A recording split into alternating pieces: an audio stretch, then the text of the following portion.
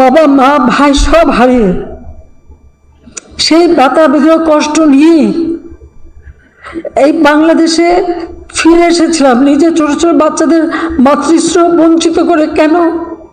বাংলাদেশের মানুষের জন্য, যে এই দেশের মানুষের সুন্দর জীবন পাবে, উন্নত জীবন পাবে, স্বাধীনতার সুফল পাবে, প্রত্যেকে পেট ভরে ভাত খাবে, প্রত্যেকে সুন্দর লেখাপড়া শিখবে, উন্নত জীবন পাবে, দারিদ্র্যের হাত থেকে মুক্তি পাবে, বাংলাদেশ উন্নত হবে, সমৃদ্ধশালী হবে, বিশ্ব দরবারে একটা মর্যাদার আসন পাবে।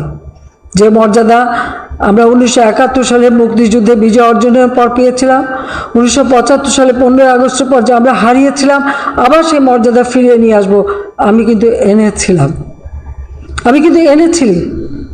বাংলাদেশ বিশ্বে সেই মর্যাদা পেয়েছে, সেই জায়গায় আমরা নিয়ে গিয়েছিলাম। আর আজকে আমরা কি দেখি? আজকে বাংলাদেশ সম্পর্কে প্রতিটি জায়গায় একটা মানে নেতিবাচক একটা মনোভাব হয়ে গেছে। এই যে এতদিন এত শ্রম দিলাম, কষ্ট দিয়ে, নিজের দিকে তো তাকাইনি, নিজে টেলিভিশন তো কিছু করিনি, যেটুকু করেছে দেশের মানুষের জন্য, যা কিছু করেছি মানুষকে দিয়েছি। প্রতিটি মিনিট, প্রতিটি সময় দিন রাত পরিশ্রম করেছি। কারণ আমি জানি, আমি বলতাম যে টাইম ইজ টু শর্ট, কারণ আমি জানি যে কোনো সময় ঘাতক আমাকে আঘাত করতে পারে, কারণ আমি বারবার মৃত্যুর মুখোমুখি হয়েছি।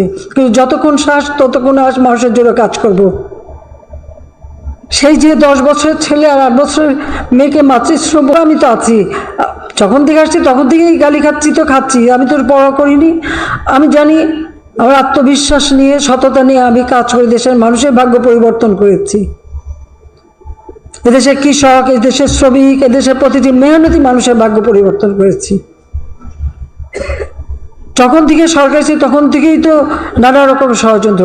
সেই 2001 সালের নির্বাচন, দেশের সম্পদ বিক্রি করার বুচলেখা দিয়ে যারা ক্ষমতা আসলো, দেশকে আবার ধ্বংসের পথে নিয়ে গেল। একই দিনে 500 জায়গায় বোমা, 36টা, আমাদের 63টা জেলায় বোমা হামলা, আওয়ামী লীগের কত নেতাকর্মীকে মারা হলো। একেবারে 2001 থেকে 6 সারা দেশের তাণ্ডব, জঙ্গিবাদ, বাংলা ভাই ইত্যাদি করে বাংলাদেশের ভাবমূর্তি নষ্ট করলো। আবার 2013 সাল শুরু হলো অগ্নিসন্ত্রাস। সাধারণ বাসে মানুষ যায়, সেখানে আগুন দিয়ে মানুষ পুড়িয়ে দেওয়া হয়। প্রায় 3000